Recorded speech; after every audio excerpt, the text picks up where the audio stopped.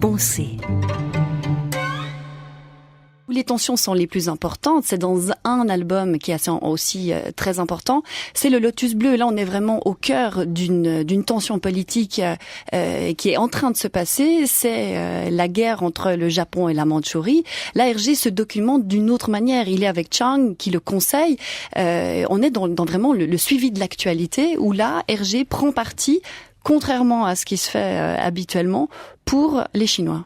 Oui, il fait même son mea culpa. Il y a un passage où on voit Tintin qui sauve Chang d'une crue. Enfin, il est en train de se noyer, Chang, et puis Tintin plonge et puis il sauve le petit garçon. Et puis à ce moment-là, ils ont une discussion tous les deux.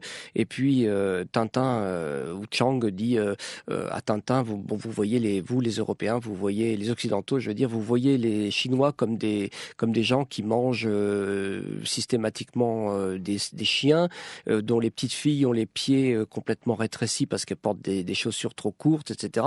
Vous avez plein de clichés. Et là, Tintin se marre et puis dit oui, effectivement, c'est complètement faux, quoi. Vous n'êtes pas du tout comme ça. Donc voilà, il fait une sorte de mea culpa. Et c'est Chang, heureusement qu'il a rencontré Chang et que ce Chang, qui était catholique, chinois catholique, et qui faisait une partie de ses études à Bruxelles, lui a expliqué ce qu'était la Chine, comment elle fonctionnait, quels étaient ses idéaux, sa culture, sa civilisation, et puis le mal que pouvaient leur faire les Japonais par exemple, justement, en venant envahir la Mandchourie, puisque c'est de ça qu'il est question. Et cet épisode est vraiment raconté, mais tel quel, dans 4 ou 5 pages au niveau du récit du Lotus Bleu, dont notamment la fameuse délégation japonaise qui était partie en claquant la porte de la SDN, la Société des Nations, qui précédait la société actuelle des Nations Unies. Ils étaient partis en claquant la porte parce qu'on avait bien compris que c'était eux qui avaient fomenté ce faux attentat attribué à des terroristes chinois. Vous savez, il y avait une voie ferrée qui avait explosé, etc. En fait, c'était l'incident du Mukden.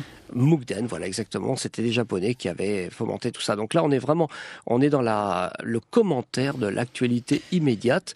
Et on parlait tout à l'heure des expressions en russe et en cyrillique dans Tintin au pays des soviets. On a la même chose ici.